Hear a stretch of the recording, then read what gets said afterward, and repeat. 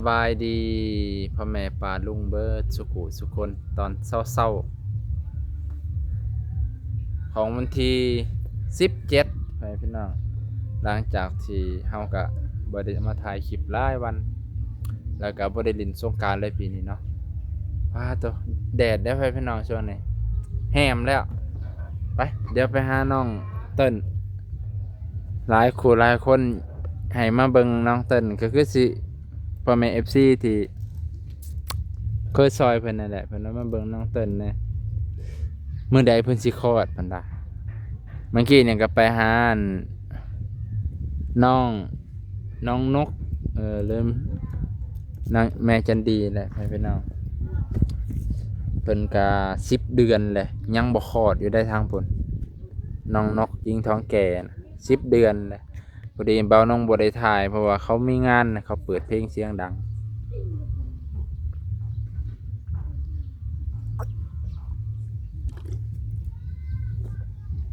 บรรยากาศฮ้อน9 โมงกลัวๆแหละอากาศไปแหมแห้งถามว่าเขาเจ้าอยู่ได้จังได๋ก็แบบนี้แหละธรรมชาติเหมาะๆแม่ๆมันจำเป็นเลยเด้จักสิไปอยู่ไสอืมเอาขนมมาฝากน้องเติ้นไปจังว่าเอาขนมมาฝากน้องเติ้นให้ลูกให้หลานหั่นแหละบ่ได้มาดนให้พี่น้องเอ้ยบ่น้องก็ติดภารกิจอันนี้ไงหลวงภารกิจที่ปะบ่ได้ที่ต้องเป็นกตัญญูกตเวทีเบ้ยว่าจะนั่นแหละกตัญญูกตเวทีเนี่ยเนาะพี่น้องบ่น้องก็อยากเป็นผู้เป็นกตัญญูรู้บุญคุณว่าสั่นลูกหลานน้องเติ้นหลายให้เพิ่นมาแบ่งปันแน่เห็นหมอขาวนอนอยู่นี่จักแม่เขาไปใส่ไอ้ขาวนอนอยู่นี่นอนคนบ่มีแม่บ่มีแต่อะไรนะสบายดีนะสบายดีสบายดีเอฟซี สบายดีอ่ะขนมสบายดีใจละลายนะ สบายดีเฮ้ยน้องแดงเพิ่นอายมาเบิ่งบ่าวแดงกันรอคือเก่าบ่ สบายดีนะ รอคือเก่าแหละบ่าวแดง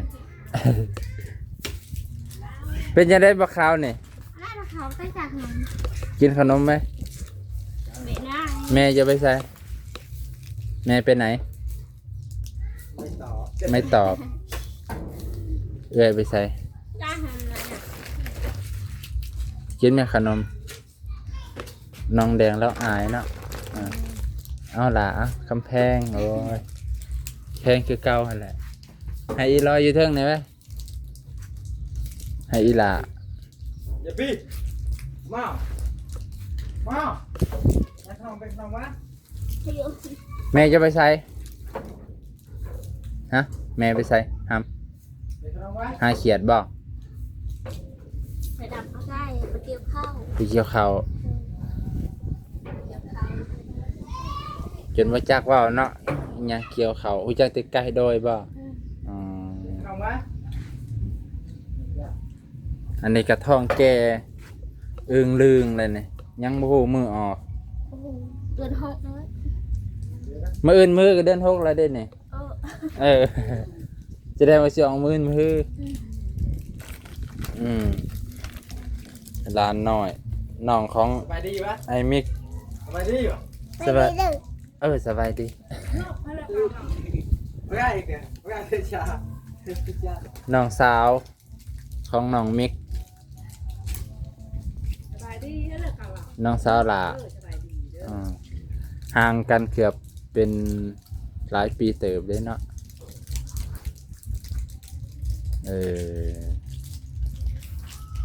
เป็นจังไดแม่ไปเกี่ยวข้าวบ่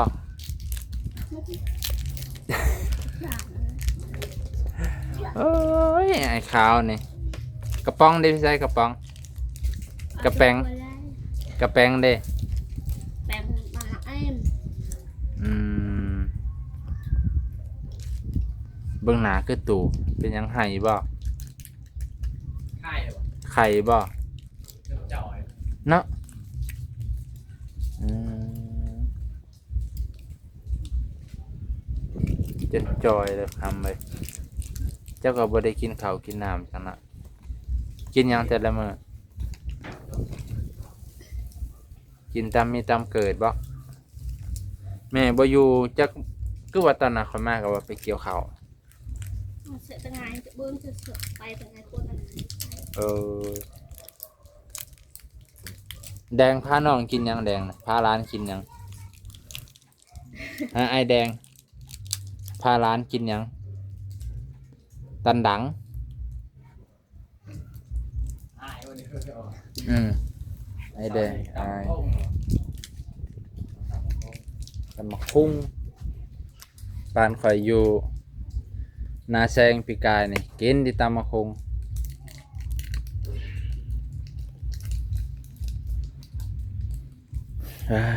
ต่อแม่เพิ่นไปเกี่ยวเขาวมันแปรได้เพราะว่าคอยถือไปแล้วบัดนี้มันถือความห่อนแล้วมันเต็งแล้วมันแปรเลยหั่นนะนี่แบบนี้แปรแล้วบัดนี้คอยไปแช่ตู้เย็นไว้อีกแข็ง100 บาท จะเย็นเจ้าบ่ อันนี้ก็บ่ฮู้ว่าสิออกมื้อใดน้องนกก็10 เดือนข่อยบ่เคยเห็นคนฮอด10 เดือนโอ้ เก้าเดือนสิหอดนี่ เดือน6มื้ออื่นมื้อนี้1ค่ำเด้เดือน6แล้วนี่แฮม1ค่ำขึ้น คำจะบ่ อืม ใช้คำจะ 1 หนึ่ง 1ค่ำแล้ว2ค่ำมื้ออื่นเลิกงามยามดีได้เดือนนี่ไปก็ขึ้นเฮือนใหม่แต่งงานก็มีเป็นแต่จีกยากแต่ทำ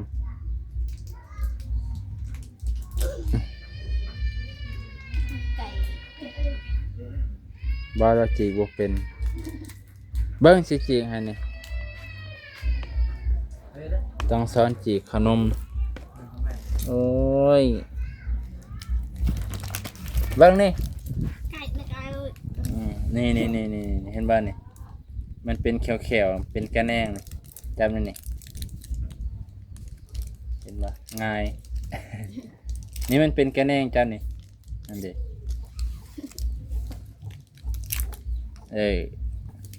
ง่ายบ่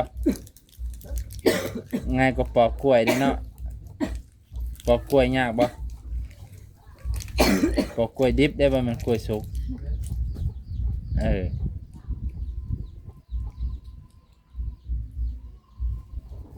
กลับมาคันคือเก่าเฮ้ยพี่น้องโอ้ยข่าวสมิ เพราะว่าข้างล่าง แดดอนุวัลจะ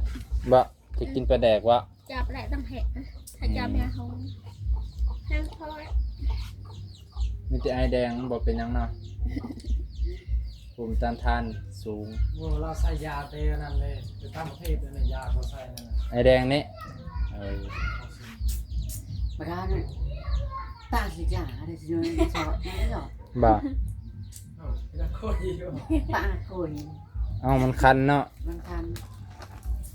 คือความเจ้าแหละมันคันแห้งเขาสิใส่ให้ยังส่ง ว่าขลำมันผู้ชมอันนั้นสิปอกปลาขลำนะนี่ปลาเปล่ากิน โอ้ปลาคอกระปิดเนาะ ที่เหลือมันมีอันนั้นเลย มีเจ็ด เจาะไปตอกนี่นะคะ บ่แม่นเขาบ่ราคาล่ำดอกเขาบ่มีแนวกินเนาะมันจำเป็นได้ซั่น เป็น มันจำเป็นแล้วต้องกินบ่แม่นหยังได้ที่จริงเขาก็อยากคาล่ำดอกคันมีแม่พาแม่บอกว่าอยากกินนี่เด้อมันจำเป็นได้บ่มีแนวกินมันยองฮะจะได้มันสิอิ่มท้อง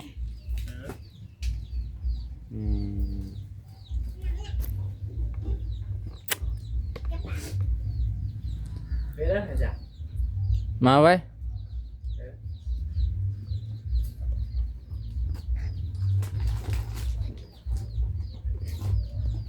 จะไหนมันเป็นเอาทงมันไปจากอันนั้น เล่นคนนี้ใช่ไหม ทงทงเหี่ยวเหี่ยว เป็นทำไม เที่ยวเนี่ย ตัวนายแล้วก็เด็กเจ้าอะไรกันเที่ยว บอกปาก ทิมเสียเฮือนเจ้าของเฮือนนี่แหละจะไหนเจ้าของเฮือนก็เก็บ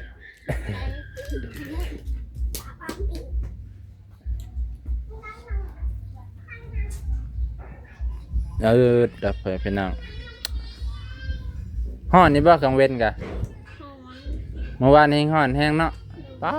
ด น่าจะคืนยังห่อ หาอาบน้ำเลยสอง ว่า มือหัวตะงานไปบนเตือ โอ้ข่อยคือกันแล้วคันอยู่เฮือน อันนี้มันอาบหญ้าที่อยู่โรงหมอกับ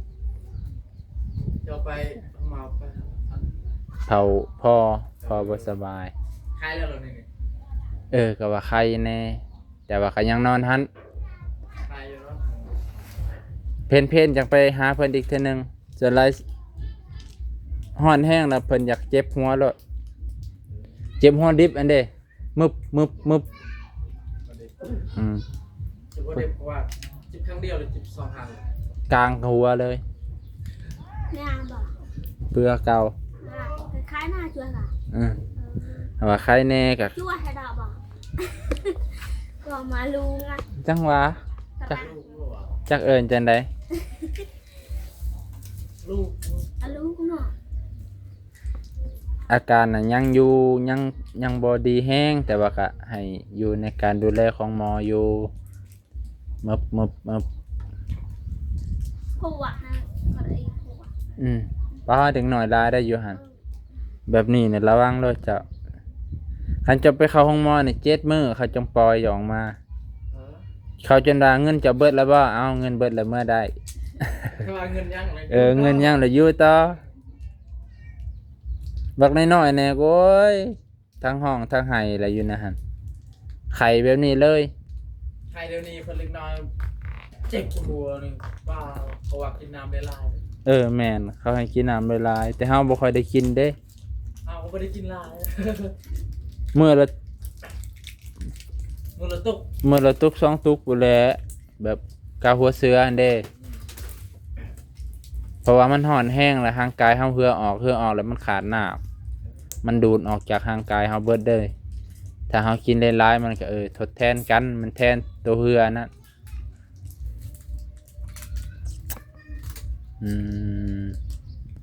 ระวังเด้อขาวเด้อจะได้ไปนอนห้องหมอแท้ๆได้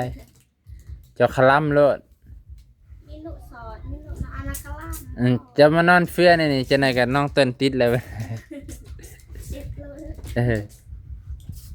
จะมาแพ้ให้น้องเต้นแล้ว เจ้าให้ระบาดเจ้าแล้วมี เจ้าเราแล้วมันก็ตำอาหารเลยเนี่ย เนาะ อันนั้นเพื่อเราดูจะได้ทำงานสะอาดตลอดเลยครับ มันบอมแม่นแหละมันขึ้นคือจะว่าแหละ ตาคุยกับขาวดิ ถ้า แอนสกปรกแค่มันมาก ถ้าทำความสะอาดตลอดอาบน้ำตลอดซักผ้าถูสบู่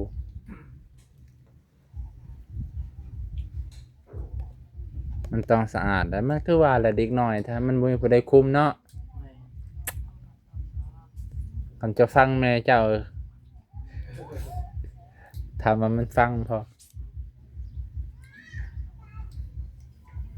เดี๋ยวเจ๊งไงเตี้ย อีหลีได้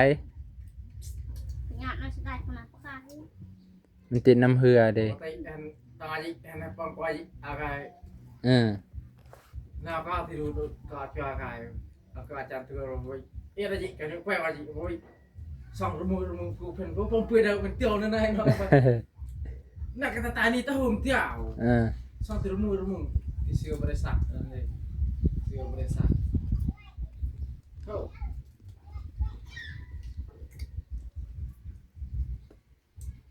มีตัวเด็ดบ่มานี่แน่ ถามทางไหนมีติบ่ได้ออกลายมือเลยเนาะ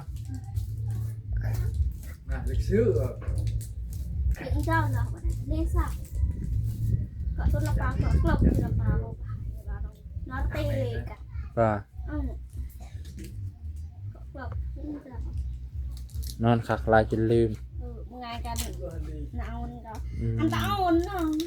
เดี๋ยวละปลาก็ดิ แรกฟัง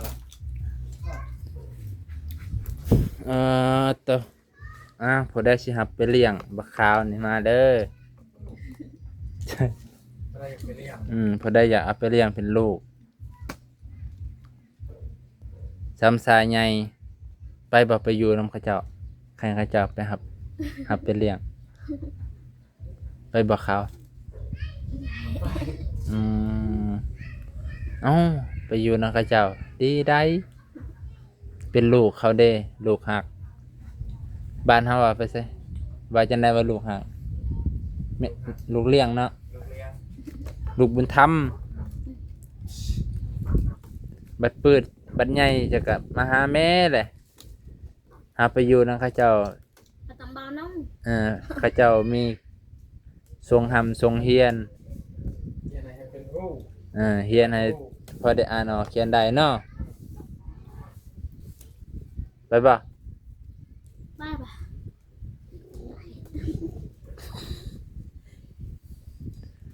เขาสิเอาเจ้าไปปัวดิฉันเอา ไปหรอวะ ไปแล้ว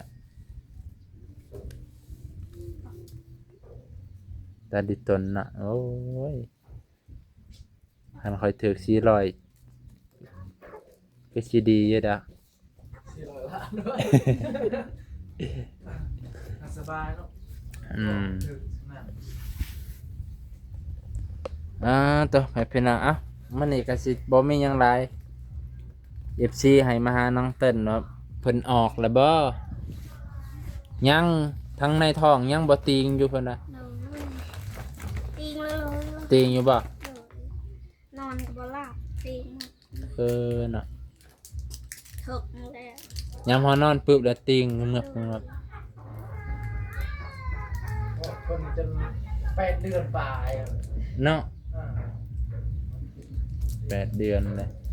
8 เดือน 9 เดือนนี่แหละ จะมาได้หยาใครแน่อันนี้รอดแล้วมีว่าหยาขนาด จักสิไปกวดนิสัยเนาะคือน้องจันดีมื้ออื่นมื้อฮื้อสิไปกวดพุ่นน่ะบ่ไหวได้พุ่นน่ะ10 เดือนเลย มีเลิศ เจ้าก็เพิ่นก็สิยืมรถพี่น้องแหละ ก้า ข้อยก็สิไปเบิ่งอยู่บัดถ้าเพิ่นไปโรงหมอไปกวดคัน11 เดือนแล้วห่วยบ่แม่นได้บ่แม่นคนได้11 เดือน ขอให้นะทงมือลูกสวย น้ำหนักหลายอีหลีเลยเนาะใหญ่หลายก็ออกยากคืออยู่โรงหมอเมื่อก่อนเนี่ยโอ้ว่ะแบบว่าคนเอาลูกยากก็มีเด้ออยู่โรงหมอแต่ละคนเนี่ยคือว่าเอาลูกยากคันบ่มาโรงหมอเนี่ยแสดงว่ามันยากแล้วเนาะ ยา คนมาโรงหมอเลยจังว่ายากจนได้ ตอนนั้นยาก ว่า ที่เฮาเนี่ยคือมึงซ่อนเอาบ่ได้ปุ่นอยู่สวรรค์ อ่าแพงบ่แพงช่วงล่างใครยุสนะ ข้างล่างนั่นคือจางรถดิเพิ่มฮอดค่าอันนั้นเขาเฮ็ดให้แต่บ่ฮอดล่าง5จับซอยให้เลย แล้ววันนี้เฮาออกปุ๊บเฮาต้องอยู่ในห้องหมออีกจักมื้อ มันจะมือเลยเขานอนคืนหนึ่งเลยคอยมือเลยดิ โอ้ เป็นลูกคอยแห้งเลย ถ้าลูกแข็งๆแล้วเขาให้เมื่อเลย ถ้าลูกเขาได้มาแห้งๆกับน หยุด อน น นอน จังซั่นเนาะข่อยบ่ฮู้ได้ข่อยคิดว่าออกปุ๊บอยู่ในหันอยู่ประมาณอาทิตย์หนึงจนน่ะลูก ตอนนั้นตามนะตอนนั้นมันทำอะไรแห้งๆกันอยู่ตอนนึงเป็นพวกแห้งๆกับเมื่อบุสักให้ยาเลยดิ คันแบบพวกไปผ่าตัดนี่ต้องได้อยู่ห้องหมอบ่สมมุติว่าเฮาไปผ่าตัดออก โอ้อยู่มานะ คือสิได้นอนลงเนาะ โดน อันนี้หมายความว่าผ่าตัดนี่นอนดน แต่ว่าถ้าออกยากแล้วให้หมอออกให้นี่บ่ได้นอนดนถ้าลูกเกินมาแล้วแข็งแรงโอ้เข้าใจครับ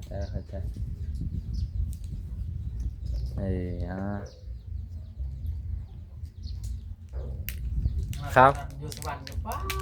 ติดคน แห่งเมืองใหญ่ซ้ำเมืองใหญ่เมืองหลวง ตามที่ข่อยเคยเข้านะฮันน่ะโรงหมอในซ้ำกับหมองคือกับยมทูตนี่แหละคล้ายๆว่าคนสิเจ็บไข้ได้ป่วยต้องผ่านโรงหมอก่อนผู้ใดสิได้อยู่ต่อผู้ใดสิได้ไปต่อผู้ใดเจ็บแห้งเมื่อหับบ่ได้แล้วถ้าหมอรักษาได้เอาอยู่ต่อ เอาแกมอครับว่าได้แกเมื่อ เดี๋ยวลงไปเบิ่งมาแล้วห้องหมอเลยหักอยู่ว่ะเอาเขา สบายดีน่าเริ่มเลยสบายดีส ไป บายดีถึงยาสบายดี ไปสิครับไปเลี้ยงในอยเด้อ สบาย นี่ ดีเด้อพ่อน้องเอ้ย เอา FC เด้อ ออกง่ายขอดง่าย โดย ภายในเดือนนี้ซะเจ้าก็ได้ ออกยาก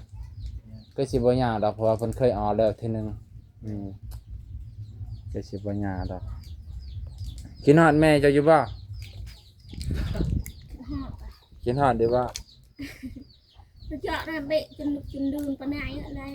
ก็ ยังไงก็ใส่กูเจ้าไปกันกูก็เสาไฟจะมากันกูนี่อันจุ่มไว้เนี่ย